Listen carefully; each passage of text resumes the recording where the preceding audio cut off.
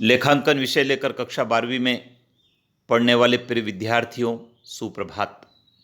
विद्यार्थियों, यदि आप कक्षा 11वीं में हैं तो आपका परीक्षा परिणाम मई माह के अंत में घोषित होगा और आप 12वीं में प्रवेश ले लेंगे। यदि आप अभी कक्षा 12वीं में हैं तो जून माह में आपकी बोर्ड की परीक्षाएं होने की संभावनाएं बनती है, अतः आप उसकी तैयारी कर रहे होंगे। आपके लिए भी वीडियो काम का है।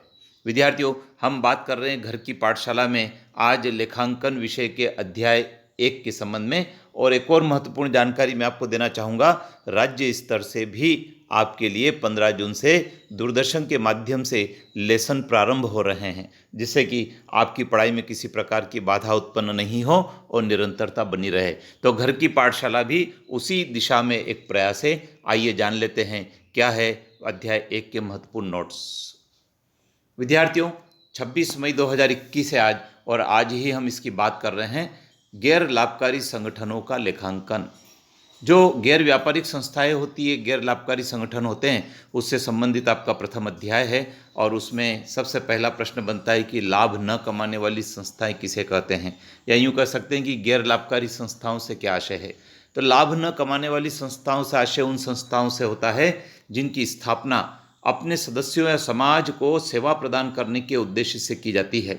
इस तरह की संस्था का उद्देश्य लाभ कमाना नहीं होता है। अलाभकारी संस्थाओं के उदाहरण दीजिए। कौन कौन सी संस्थाएं अलाभकारी संस्थाएं कहलाती है? उसमें अस्पताल, विद्यालय, धार्मिक संस्थान, महाविद्यालय, अनाथालय, पुस्तकालय, खेल क्लब, ये सब अलाभकारी संस्थाएं होती है। अलाभकारी संस्थाओं के आय के क्या स्रोत होते हैं, इनकम के क्या स्रोत होते हैं? तो इनको दान मिलता है, सदस्यों से प्राप्त चंदा इनको मिलता है, सरकार से अनुदान या सहायता मिलती है, और पुरानी सामग्री जो इन संस्थाओं के पास होती है उसको समय समय पर बेचने से जो इनकम होती है वह भी आय के स्रोत में शामिल की जाती है। चंदा किसे कहते हैं? विद्यार्थियों, चंदे से आशय सदस्यता शुल्क से ही है, जो सदस्यों से वार्षिक आधार पर प्राप्त होता है। चंदा अलाभकारी संस्थाओं की आय का प्रमुख स्रोत होता है। इसको अंग्रेजी में सब्सक्रिप्शन कहते हैं। सदस्यता शुल्क किसे कहते हैं? Membership fees. सदस्यता शुल्क भी अलाभकारी संस्थाओं की आय का एक स्रोत है, जो उसके सदस्यों से प्राप्त होता है। सदस्यता शुल्क वार्षिक और आजीवन दोनों प्रकार का होता है। आजीवन सदस्यता शुल्क क्या है? आजीवन सदस्यता शुल्क से आशय उस सदस्यता शुल्क से है जो किसी सदस्य द्वारा एक मुश्त राशि के रूप में दी जाती है। इस शुल्क का भुगतान एक ही बार किया जाता है। यह संस्था के लिए पूंजीगत प्राप्ति माना जाता है। विद्यार्थियों, जो राशि एक मुश्त प्राप्त होती है, बड़ी राशि की होती है, वो कैपिटल नेचर की होती है, पूंजीगत प्राप्ति उसको माना जाता है।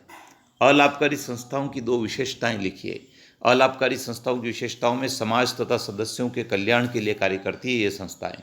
दूसरा, इन संस्थाओं का प्रबंध एक प्रबंध समिति या कार्यकारी समिति द्वारा किया जाता है, जो सदस्यों में से ही गठित होती है। अलाभकारी संस्थाओं के 2 उद्देश्य लिखिए।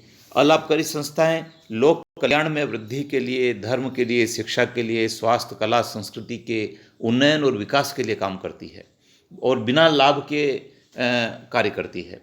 सदस्यों तथा समाज को सेवाएं प्रदान करने के उद्देश्य से ये गठित की जाती है। पेशेवर संस्थान तथा पेशेवर व्यक्ति के उदाहरण दीजिए। विद्यार्थियों, पेशेवर जो संस्थान होते हैं, जो प्रोफेशनल इंस्टीट्यूट होते हैं, उनमें शिक्षक संघ हो सकता है, श्रम संघ होता है, चैम्बर ऑफ कॉमर्स होता है, मेडिकल काउंसलिंग होता है इत्यादि। और पेशेवर व्यक्ति जो होते हैं, जो प्रोफेशन करते हैं, उनमें डॉक्टर, वकील, इंजीनियर, अंकेक्षक, चार्टर्ड लेखाकार, ये सब होते हैं। गैर लाभकारी संस्थाएं हिसाब किताब की कौन सी प्रणाली रखती है? विद्यार्थियों, गैर लाभकारी संस्थाएं जो होती है वो हिसाब किताब की रोकड़ पद्धति अपनाती है, क्योंकि इन संस्थाओं के जो व्यवहार होते हैं वो सब नगद ही होते हैं, और इनको अपना हिसाब किताब रखना पड़ता है, क्योंकि सदस्यों को समय समय पर हिसाब बताना पड़ता है। तो ये जो संस्थाएं होती है ये अपना हिसाब किताब रोकड़ पद्धति के अनुसार रखती है।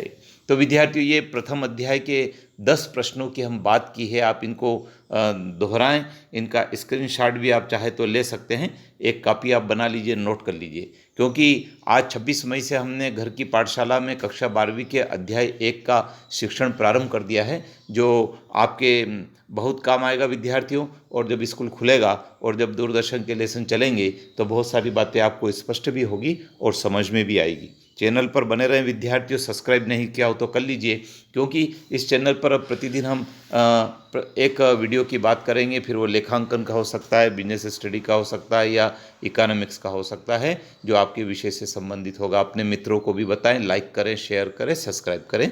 जय हिंद।